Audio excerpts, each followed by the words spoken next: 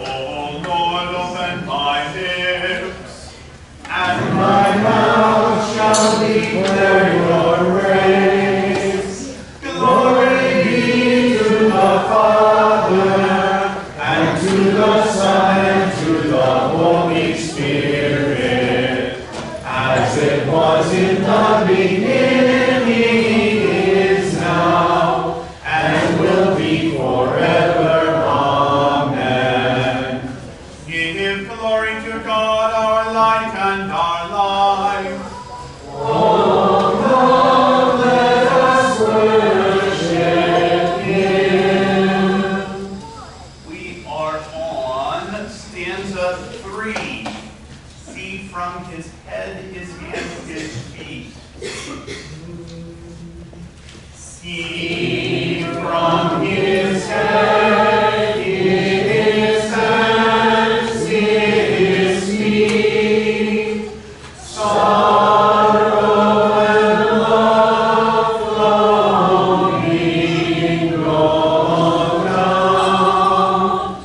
Did there such love and sorrow meet? Or thorns composed so rich a crown? Right. So the Jews said to Jesus, "What sign do you show us for doing these things?" Jesus answered them, "Destroy this temple, and in 3 days I will raise it up." The Jews then said, "It has taken 46 years to build this temple, and will you raise it up in 3 days?"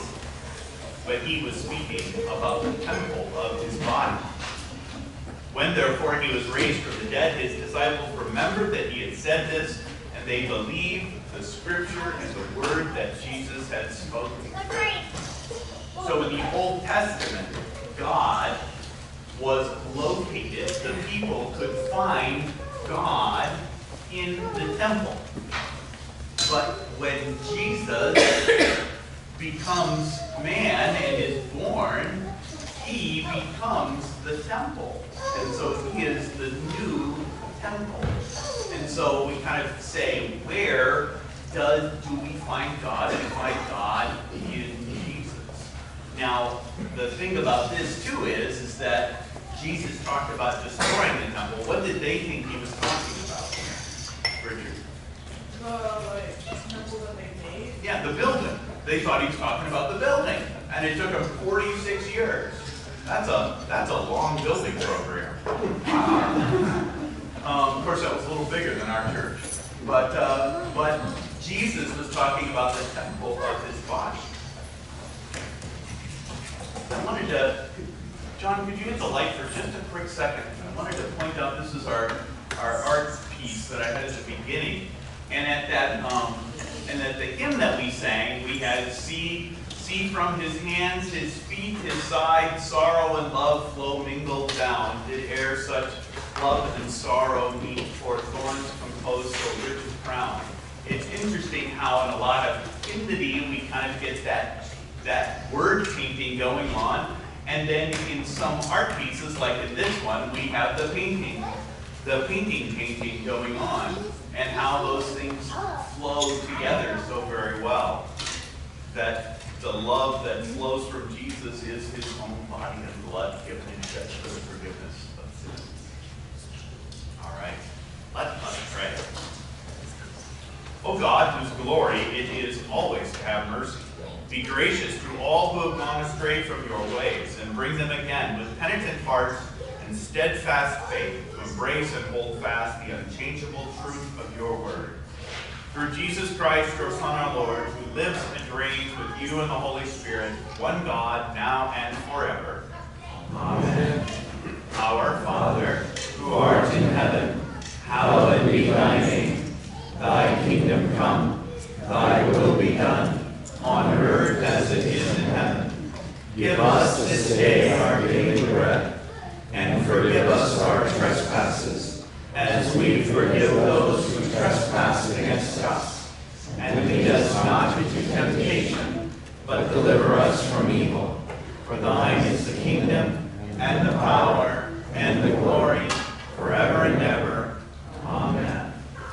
Let us bless the Lord. Thanks be to God. The Almighty and merciful Lord, the Father, the Son, and the Holy Spirit bless and preserve you. Amen. All right, gang, off you go. All right, Wednesdays continue with our midweek series. And again, this Thursday is when the Cantori is coming. I mentioned this at the beginning of service. There are about 6,500 churches in the Missouri Synod, and the Cantori sing at about a dozen a year. And we are one of those dozen. And if you have never heard a men's choir, it is really a special thing. I would strongly urge you to come. Kids, adults, whomever, I would expect that the service will be about an hour, somewhere in that neighborhood. I would not expect it to be longer than that. So please come and invite your friends and neighbors, invite your enemies that need to hear the gospel. Whoever it is, invite them. Please, yes, Gloria. Is there an easy way to share that on our Facebook page? Yep, I have advertised it. There is a Facebook event for it up there, and I will point it out to you on Facebook. I'll send you a special message, Gloria, just for you. So no problem. Deaconess. Do you have a sign-up sheet to pass around? I do. See, this is what she gets paid the big bucks for. Let's just move on to one more thing. And we are having, because this is California, we are having a little appetizer wine reception after the service Thursday night. If you would like to come, and come by all means. If you would like to come and drink something, that would be delightful as well.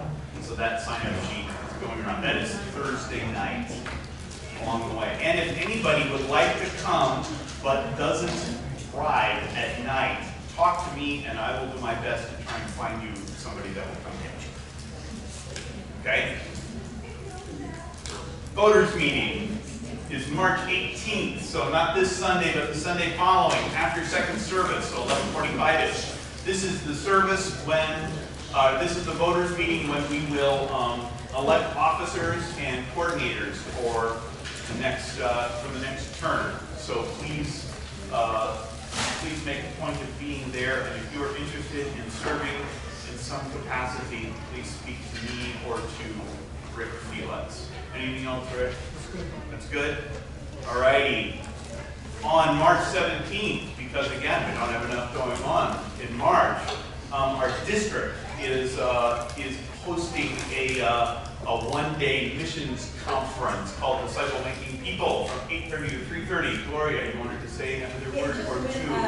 I am so sorry that we didn't let you know about this earlier, but Ed and I went to this conference last year, and it is amazing, all the speakers that are there.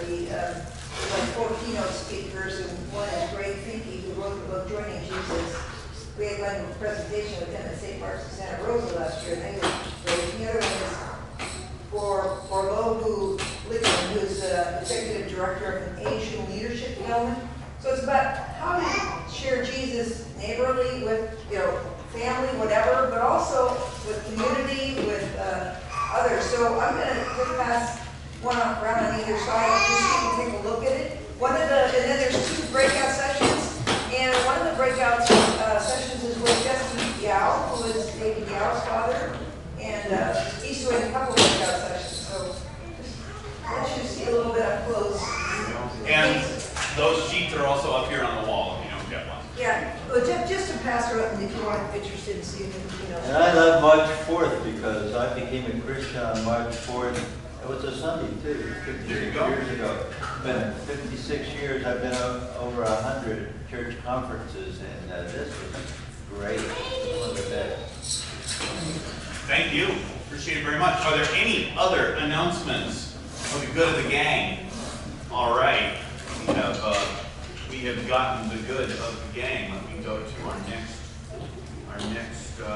topic du jour here.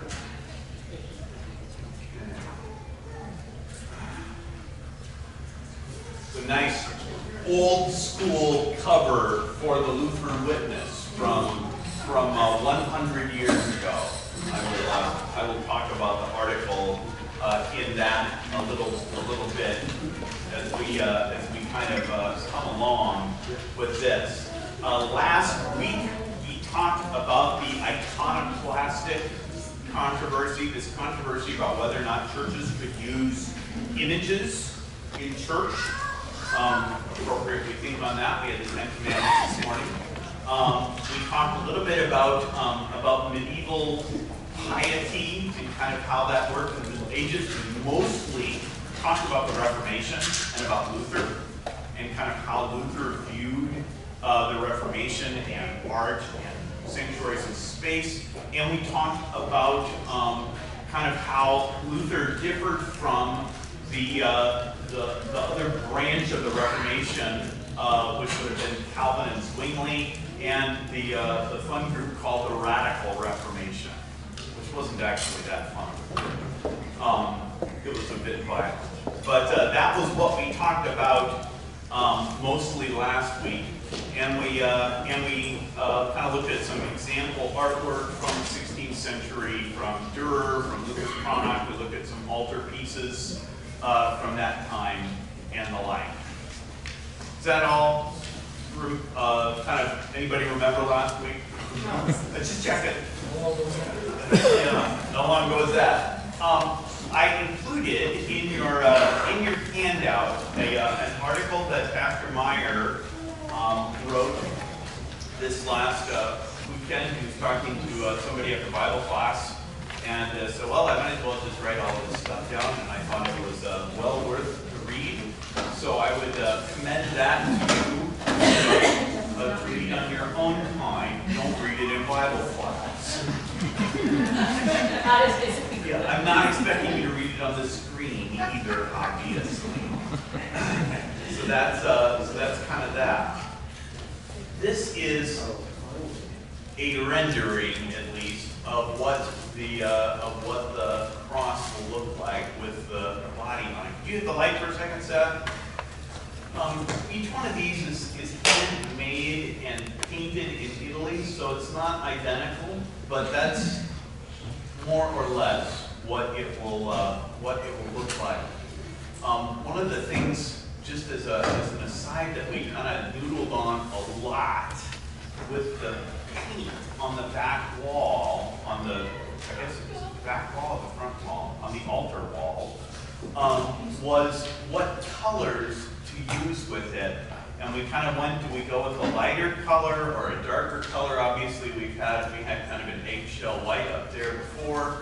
And we ended up with this color because I think that a darker color is going to offset the cross with the lights better. But the funny thing about it is, and you'll see this if you haven't been in there, that the color, which is actually granite gray, looks kind of blue in this light, and even more so with the purple paraments. I am very interested to see what it will look like with the different paraments and kind of with different weights of light along the way. Larry. We're going to move that up on the cross, right? Kind of level. I haven't, that is purely an artistic rendering, so it will probably go up a little bit, but it can't go up much more because of where his hands are. So here's extend beyond the cross. Pardon? Because I would have put the wrist in the center. Nope, that's pretty close, I think. Well, that depends. Are the dark spots the nail holes? I would think so. So yeah, you're right. You're absolutely right, Larry. I see what you're saying. Yeah, it does need to go up a little bit higher. Probably, what will end up being about 3 inches higher. Good catch, Larry. All right, more on that next week. On to our topics. Pastor, only because it has INRS. I noticed in your rendering of the picture today, it was JNRS. No, well, that's a good question. In Latin, J's and I's are the same. And so sometimes it will look more like an I, like on this, I-N-R-I, which stands for Jesus of Nazareth, King of the Jews. Sometimes you will see it look more like a J, but it is the same letter. Also a good catch. More reasons why Latin is who it is. Yeah, probably so. All right. So let's continue our romp. Seth, I'm afraid this is going to be a light on, light off sort of a day. Think of it as your own personal Karate Kid work or something. Light on. Yeah, exactly. It's just what we need to clap for the light on. All right. There are, before we move to America, there are a couple kind of big movements that we have to kind of wrap our heads around, at least a little bit, because this has a big impact on art and architecture of the churches. Okay? And the first is, I'll call Rationalism and Enlightenment. So I'm talking 16th, but mostly 17th and 18th century. This is where we get fun things like the scientific method kind of develops out of this period. This is really the period where human reason becomes king, I think is the best way to describe that period. So faith in human reason, either everything that can be discovered, found out, and I apologize in advance, there are going to be a few words tossed in here. It's called empiricism, kind of learning to know things or discover things, and rationalism, to be known. So empiricism would be a fun guy like John Locke. Rationalism would be another fun guy like Descartes, who's French. This is also the time when you see the rise of political liberty, market. This is the time when totalitarianism is really, on the one hand, it's sort of seen as the big bad monster. By that we mean monarchies and the rule of kings and queens and the like. You also see in this period the rise of fun things like deism. What's deism? Anybody know? What deism is exactly is your watch. Deism is the idea that there is a God and that this God started the whole thing going in creation, wound it up, and is now sitting back and watching it all kind of tick down until the clock stops. That's deism. This is really, oddly enough, the rise of atheism. Kind of takes place in this period. That is not at all. That's what the big thought is. Well, yeah, and you get an interesting kind of view of religious toleration, at least for a time, because until that point, especially in the 16th century, whoever the king was determines what the religion is in the period of the place. This is why you could be a Catholic in Nuremberg one day, and then you could wake up the next day and you'd be Lutheran. And it had nothing to do with what you believed, and everything to do with who was the boss. So you have under the Enlightenment kind of this separation and stretch apart. Pastor. And up to the Enlightenment and rationalism, the idea was that God revealed himself in two books, the book of Scripture and the book of nature. With rationalism and enlightenment, we began to say, well, really, if he revealed himself in two books, we don't need the book of Scripture anymore. We'll get everything out of the book of nature. And if whatever we discover in nature today has been true forever and will be true forevermore, therefore, we don't need the Scripture. We don't need the Scripture. We don't need God. We don't need God. We can learn it all by ourselves. It's kind of humanity is so the book of 2-year-old. nature began to destroy the book of the Scripture. Well said. Probably the greatest in kind of Enlightenment thinking, the greatest enemy to progress, the greatest enemy to mankind, and the biggest problem that needed to be overthrown above all was the church. The church was the source of all of the problems in the world. And that was especially and particularly the Roman Catholic Church. But it is really any church. Because these are people that are sitting around and telling you what to believe, and I can do it myself. Is sort of the mentality. So that's about 2 minutes on the Enlightenment. There's more that could be said there. A lot more. See if the light for a second set. All right.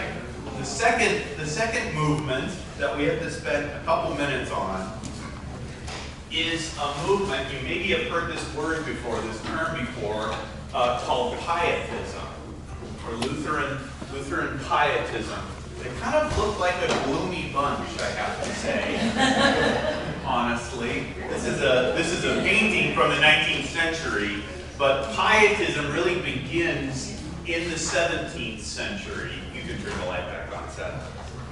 Pietism begins in the 17th century, really with a man named Philip Spener, S-P-E-N-E-R.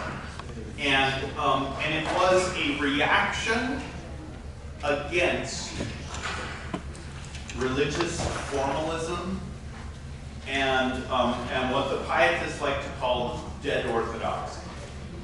Sort of thinking of Christianity as just a bunch of truths that are in a dead book that nobody cares about.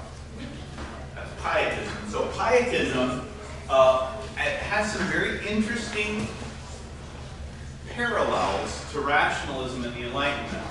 It was very anti-institutional of any kind. So they're not meeting in a church, they're meeting in somebody's living room. It's very anti-sacraments. The sacraments are just formal stuff that don't really kind of get to the heart of the matter.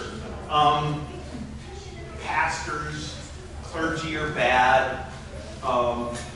Any kind of liturgy and worship and hymnody is bad. And what really is the mark of true religion is, if I may quote the hymn, feelings, nothing more than feelings. I'm sorry, I'm just helping myself. But in this mindset of Pietism, you had and Pietism rises in the Lutheran Church. This is not some other group. This is not taking place someplace else. This is inside Lutheranism. If you have Pietism. And Pietism particularly took strong root in Scandinavia, in Denmark, parts of northern Germany, if I'm remembering my geography correctly there. So you had a part there. One little aside on that. There were in the immigrations that came to the United States, you had different groups of Danes, people from Denmark, and you had two groups that were called. One group was called the Happy Danes, and one group was called the Gloomy Danes. The Gloomy Danes were the Pietists, because for the Pietists, it was all about making sure that you felt that your contrition, that your sorrow over your sin was as deep felt as humanly possible, and that was the mark of true religion, of true faith, was the depth of your sorrow over your sin. And hence the term Gloomy Danes. So you get Pietism of having, among other things, a huge impact on two brothers named John and Charles Wesley, who are English, but who have some ties to Germany, And John and Charles Wesley went on to found what we today call the Methodist Church. And so that's kind of Pietism, and another sort of off branch is the Moravian Brethren. We're from that end. And not all of Pietism is bad. I know I'm making a little bit of a caricature here, but there were a lot of things in Pietism that were quite good. And we actually have quite a number of hymns from the 17th and 18th century in our hymnody that really is from Pietist sources along the way. But this is nevertheless kind of one of the big influences as Lutherans come to America. You get these strands of Rationalism and Enlightenment and Pietism, and so you also start to see a distinction being made. If you're talking about intellectual stuff and knowledge, you're talking about rationalism and the Enlightenment, and that doesn't have anything to do with church. And if you're talking about God, that has to do only with how you feel. And so God has to do with emotions, and that becomes the mark of real religion, is how you feel. And so the relationship between knowledge and emotion in faith is, at the absolute best, messy. And I would dare say that that is still the case to this day. That this is something that we wrestle with here in the church quite a lot. How many of you have felt occasionally at some point in your life that maybe memorizing 278 questions in the small catechism isn't the pinnacle of what it means to be a Christian? Maybe there's something else too. Yeah, I hope so. But how that kind of plays out and what that means is a very, very kind of complicated and messy question. So these are these two kind of big things that are going on, and these both, but especially the Enlightenment and Rationalism, have huge impact in the United States. Most of the founders of the United States were deists, were really Enlightenment thinkers, for instance. So this is kind of the soup in which Lutherans find themselves in the New World. Everybody with me? All right. So Lutherans come to America, and we have to start, first off, nobody can use their phones to answer this question. I may have to disqualify Pastor Meyer just on principle. I'm not sure. I'm not talking about Henry. So, the history trivia of the day. When did the first Lutherans come to the New World? What do you think? Late 1700s. Late 1700s. No, earlier than that. 1644. 1644. Do I hear 1643? 1607. All right, there's a nice early date. The date that most people use is 1621, which is pretty early.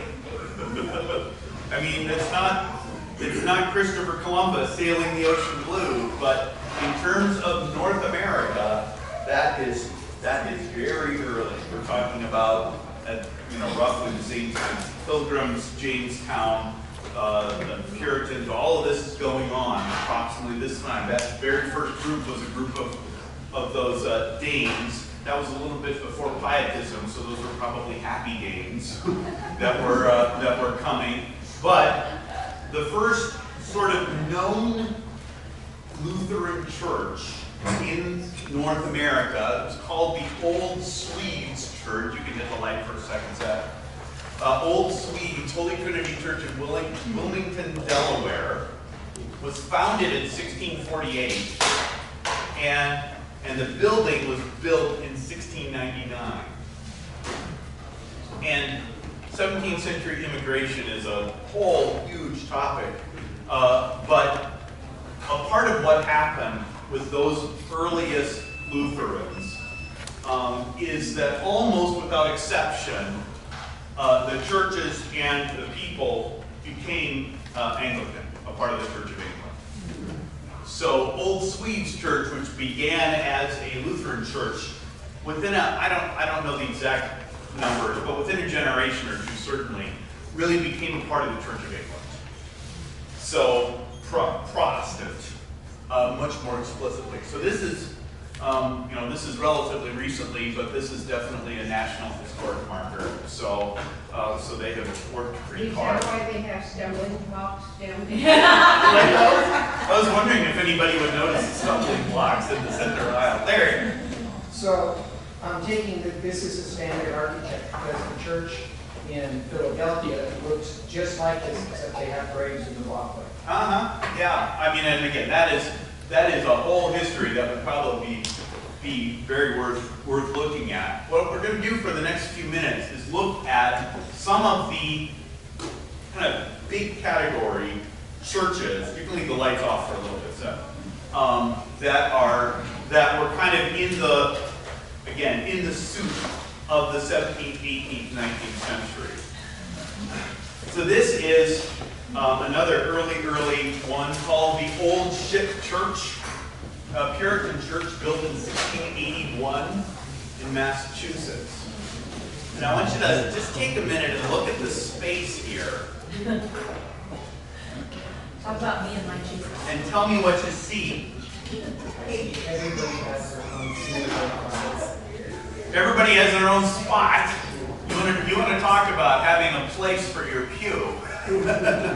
Those are cordoned off, and you did not have to hang out with anybody. Yeah. Preaching is central. Preaching is front and center. Where's the pulpit? Everybody see it right up there. That's the pulpit. Is that a fold down altar in the front there? That I don't know. That's a remembrance table. Yeah, right. It's not an altar. That was my guess, is that it was a remembrance table. I wonder if that was original like that. I don't know. Where's the cross? there is. Maybe on the floor. You could maybe argue that you got a cross symbol there. I actually think that there is a cross under the flowers in there, but that is it. There is no symbolism of any kind. Larry. Is that thing over the lectern? I take it. Is that for acoustics? Yeah, that's a soundboard, basically. Yep, you'll find that pretty common in pulpits. It's a soundboard. So this is a Puritan space. This does not look like your European or Anglican cathedrals at all. It is very, very simple, very plain. It is not intended at all to depict anything or anyone. Remember, for Calvin and Zwingli, artwork of any kind was, the absolute best you could say is suspect, and really was considered pretty much idolatry. And we're not talking about a cross versus a crucifix here, either, by the way, although a crucifix would definitely be worse. It's a cross, a symbol of any kind. So here's a Quaker meeting house. This is a little bit later, 1804, but Quaker spaces did not change significantly. What do you see? Boring. All right. What else? There's no pulpit. Didn't they just sit there until somebody felt the movement? Yep. You would, and there's no music. Yeah. No. You would sit in quiet and wait until the Holy Spirit came to somebody to say something. And so there was no clergy, there was no preacher. You would sit and wait until somebody had something to say. Yeah. So, and there's no, where is the front? There really isn't a front. It's a very interesting, and it's interesting because it is so totally different. And they're facing each other. And they're facing each other. Yeah. Yeah, because the Holy Spirit is in them. It's not located somewhere else, not in the Word, not in the sacraments, not in the, not in the preaching. Is there a stand there, the brown one? Right off center to the right? Here, maybe? Maybe a central heating vent. If it is, it's not very prominent though, is it? Yeah. Yeah, so there you get a fairly, this is a very standard style Quaker space. This is a little bit later. Methodism is really mid to late 1700s and really takes off and goes crazy in America in the early 1800s, a time called the Second Great Awakening. And Methodism came out of the Anglican Church, out of the Church of England. And so Methodist spaces typically were more what we, kind of from our Lutheran eyes, we would look at a Methodist space and say that it is more churchy. I think that's the word. It's more churchy than that, right? So it's more churchy than that. There is an altar table. There's a cross. There's a cross. There's a big organ. We've even got a couple banners, stained glass windows. You also find a couple of flags in there. And again, this is 1800s. This is a sanctuary from the 1850s, but again, it's one that in Connecticut, it's one that they have worked to maintain as historically true as possible. So here you're going to find a space that looks more like what we know, but not exactly. And this is the pulpit, this big white thing in the back. Pulpit again, preaching again is absolutely centerpiece. Yeah. And then this is the tape. It's an altar table. I mean, my guess, I don't know this, but my guess is that they probably do the readings from the lectern there. Are you sure that's not the pulpit? I'm not certain. That little thing I think is just covering the big one. Maybe. You could be right. You could be right. I'm willing to be wrong. But regardless, you're still looking at a space that has a little bit more kind of historic church elements, but definitely doesn't look like it's a cathedral or anything like that. This is Zion Baptist Church in Denver, the oldest African American congregation west of the Mississippi. I typed in old Baptist churches. I first found a picture of Ed, and then once I got past Ed, sorry, found Zion here, and you'll find again, there's some elements in here that we would look at and say, yep, that's definitely church, right? We got a cross. We got some organ pipes, kind of on the front and on the sides there. The pulpit is absolutely central. The choir is also quite central. That's all the kind of choir space there in the back. I assume that this is the organ console over there. Looks like the piano over there. So you're going to find in this space, you also get the flags on the sides, that we would look at that and say, yep, that's a church. No question about that. I'm not looking at an auditorium. That is absolutely a church. It's got pews. It's got kind of all of these, what we would consider church things. And while it's not the same as what we know, we can see it from there. Does that make sense? Any other kind of... A mirror of the baptismal on the right? See where the flag is? Here? Yeah. Probably. That probably is a mirror for the baptismal font, which I'm quite sure was one you would step down into. That is, again, to our Lutheran eyes, is going to look more like a bathtub. It's going to be for full immersion. A lot of white hats. I like those. What is the white font? I don't know. It looks like it's segregated. Yeah, that does look like it's white, and I don't know anything beyond what you're looking at here about this church. So, and I'm sure we can spend a long time looking at it. But again, I mostly want to look at the space overall. So now, let's move to the 19th century, the Saxon Lutheran immigration. Lutherans, at least Lutheranism in the 19th century was more or less a part of the Confessional Lutheran revival of the 19th century that was going on in Germany.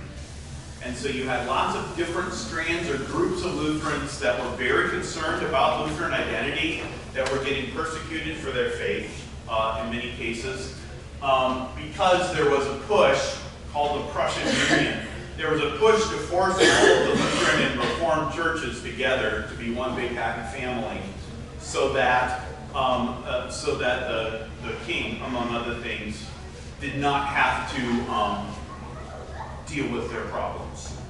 Let's put it that way. That's a super simple answer to that. But so you had really starting in the 1830s and continuing through the 1880s, so about a 50-year period, where you get groups of Lutherans coming from Germany, but also from Scandinavia, and sort of settling in different places. One of the groups that helped to form the Missouri Synod ultimately settled in Perry County, Missouri. Frona is in Perry County, and this is a part of one of the original settling places there. But I got a few churches dating from that period. This is a Holy Cross Lutheran Church in St. Louis. And here you can look at that space and say, okay, well, that's a church, right? What do you see? Not enough people. Yeah, which would also be typical for downtown churches. What do you see? Jesus. Pulpit. All right. Yep. Pulpit's on the right. Right there. You see a baptismal font. You see a giant altar. Yeah. And in this case, the altar has a painting of Christ in the center. You'll find that center space has several different uses. But it again, it's got stained glass. It looks like a traditional European church. I think from right here, you could look at that and that could be Lutheran, or it could be Catholic, or it could be Anglican. The building. Yeah, the building is also in a kind of cross shape. You can see those side transepts, etc. Altar rails. Yep, you also see altar rails. Here's a little close-up of the altar there. Oh, nice. A little bit. Also found in the 19th century, and I don't know what Lutherans' fascination is with Italians, but you will find that in the 19th century there were a pretty good number of Lutheran altars that would have a version of Da Vinci's Last Supper carved into it. Now, I have a theory on this, which is completely unsubstantiated.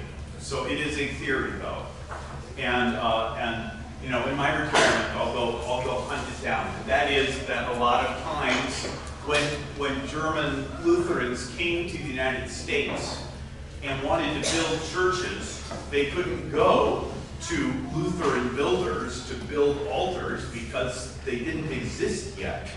And so where did they go? They went to Catholics because they had been there for a few hundred years. That's my suspicion on how we ended up having so many Da Vinci Last Suppers in our altars. But I don't know. Okay. Especially in Missouri. Yeah, especially in Missouri. So here we have that. You'll also notice lots of candelabra, all sorts of things. I don't know how carefully they have worked to preserve their historic space, so I don't have any wisdom on that. Here's another one that dates a little bit later, 1892 in Milwaukee. St. John's Lutheran Church in Milwaukee. So we're, again, still very much talking 19th century. And it has a few interesting elements in it. One that is totally Anglican. And that is the lectern here. And you see that is in the shape of an eagle. You will find that in just about every Episcopalian church I've ever been in. I don't know how they came up with that. You will also find... Wasn't that part of Henry's emblem? Was it a part of the Muhlenberg thing? Maybe, I don't know. Good question. You'll also find pretty common in churches where they have this kind of this little circle in the back that they will use a blue in the space up above, the sky, etc. Pretty common there. And we see an altar rail, etc. What is that picture here? This is the altar. We're gonna get in a little bit closer. The picture on the altar, what is that? I know. Well, we got several, don't we? This is Jesus, Mary, and Joseph. Yeah, so that's a Christmas story one. Here, of course, we have Jesus, and we have the four evangelists, I believe. Although I could be wrong. No, can't be. Angels. I see that now as soon as I said it. That's Moses. Those two center ones are angels. Elijah. No. Moses and Elijah. So it could be Moses and Elijah. Well, we Come back. got the typical, we've got Michelangelo, Moses on the right. Yeah, you're right. You're right. So probably Moses and Elijah. Yeah, so that's a very interesting use of space. So that's 1890s. And again, that's more ornate than I would say is the norm, but it's still very much within the realm of what was going on at the time. This is St. John's Lutheran Church in Orange. Any of you been to St. John's before? Few people. I've sang there. I'm required to, or at least once, so you've been there, Catherine. St. John's, the building was built 1922, I think, early 20th century. And again, you can see a lot of the same sort of features that we were looking at there before. We see stained glass, we see the organ, we see the great big, we see the big altar. There's a lectern.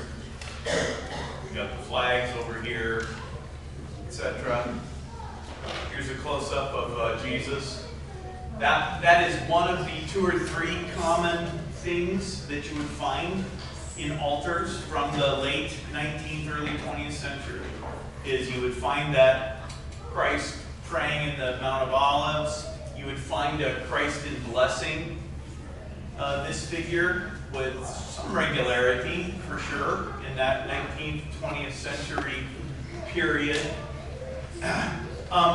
You can't see it very well in this, but there is actually a crucifix on the altar there as well. Eric?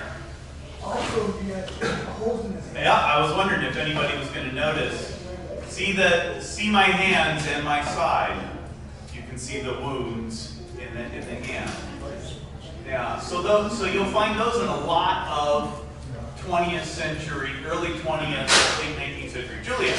I will say that reminds me a little too much of the Mormons and the Mormon, all the Mormons. Really? Now that's interesting, because I would not have made that association, but I did not grow up in the West, or Colorado. So they have, so in Salt Lake City, they have the temple, of course, and then they have a huge tabernacle, that's where everyone can worship, and then they have a visitor center, and Sure. you go up this huge kind of spiral ramp, and they have all these, really beautiful, they have all these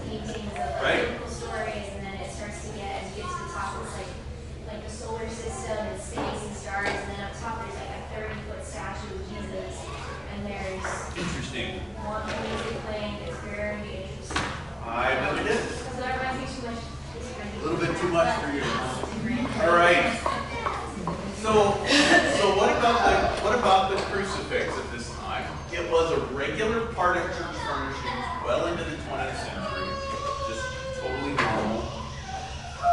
In general, because remember, those 19th century immigrants were all speaking German or Swedish or Norwegian or Danish or whatever. As they moved into English, the architecture changed, the language changed, and churches tended to look less like they did in Europe and look more like those Methodist or Baptist churches in general. That was kind of the trend of what you found along the way. So, but that was not universal. This is from 1900, from a CPH artwork, a piece on the life of Luther. And this was an illustration that was done to show how one of the things that happened in the Reformation was that people would receive the Lord's Supper in both kinds, both the bread and the wine. Because in Catholicism, for centuries, the laity only received the host, they would not receive the cup. And you will see, you can turn the light on for a second, Seth, in your handout, a little, an editorial that I found from almost exactly 100 years ago in the Lutheran Witness. In the Lutheran Witness about crosses and crucifixes.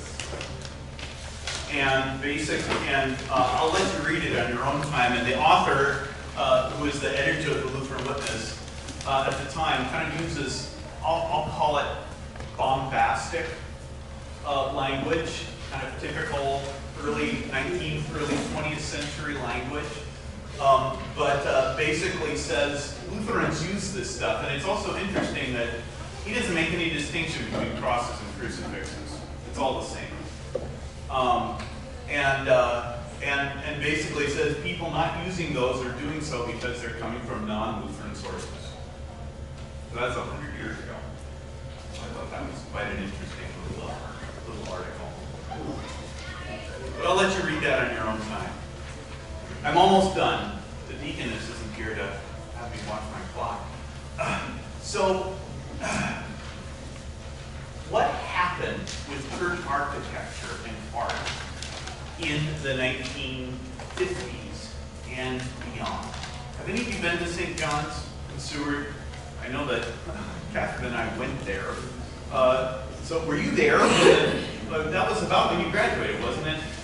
Wasn't it? Yeah. So you might have been there when St. John's was built. Would you hit the light for a second, Seth? St. John's is a beautiful, beautiful church in Seward, Nebraska. It's right across the street from the campus, and was built in 1968, and was then and is still to this day a very good example of modern architecture and art. And there are a couple things in it that I just wanted to highlight. One, the big cross is called the Tau cross. Is a T. It's not a Latin cross. It's the big one right there. And so I kind of like that. Was that would be the Todd church? But, probably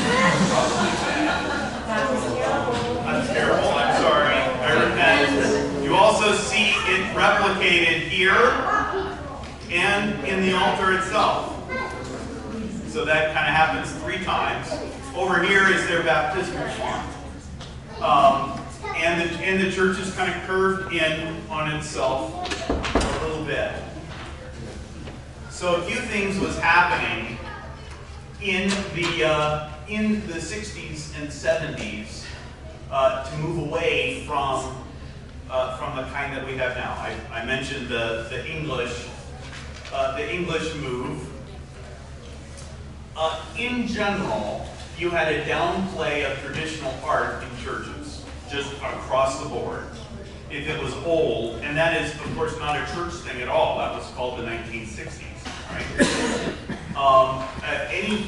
You had to move away from traditional art because it was old-fashioned. It was old institutions and We want new stuff. So St. John's and Seward, again, perfect example, a gorgeous, gorgeous church. They kept not one thing from their previous building. Do you have any pictures of their old church? I don't have one on here, but their old building would have looked exactly like one of those other ones that we looked at. So they kept nothing from their old one. You also had, in the 1960s, a church council in Rome called Vatican II. And in the Second Vatican Council, one of the things that they did was encourage churches to use a Christus Rex, which is what this is here, or an ascended Christ figure. I'm almost done, I promise. You also had, a little later, in the 70s and the 80s, a specific movement, which I'll call the church growth movement, which accelerated the move away from anything that looked churchy. Churches have got to look like your living room. If they look like churches, that's going to drive people away. And so you've got to make the church look as not churchy as possible. That was a big, big part of that. I have a couple pictures from our own bi-circuit. This is Grace in Grass Valley, which was built in 1992, same year as Holy Cross, by the same architect, right? Is that right? Yeah. So we can see a lot of similarities there. Obviously, a lot of woodwork. This is St. Paul's in Auburn. This is Faith in Fair Oaks. This is Light of the Hills in Cameron Park. And this is Rancho Cordova. So all of those churches were built within about a 20-year period, from about the early 70s to the early 90s. So that's kind of what you get there. What we are going to do for next week is really look at kind of what is theologically going on when you're talking about having images in church. And I especially want to address the question because I think in many ways it is the most important question for us today is, does having a crucifix mean that Easter is less important? Are we saying that Easter is somehow less significant by having a corpus? So I am very specifically going to I'm going to do my level best to answer that question. I'm going to talk about that a little bit more, as well as talk about the theology of the body. And we will start to do some answer other questions. I've been gathering questions here from people for a few weeks, and I've got a whole stack of them. So I will start to do my best with that, and we'll spend a couple weeks on that. That's my plan, God willing. We close with the benediction. The grace of our Lord Jesus Christ and the love of God and the communion of the Holy Spirit be with you all. Amen. By the way, if any of you are interested in any of the books that I listed at the bottom there, I got them up here. And I've got more of the handouts as well.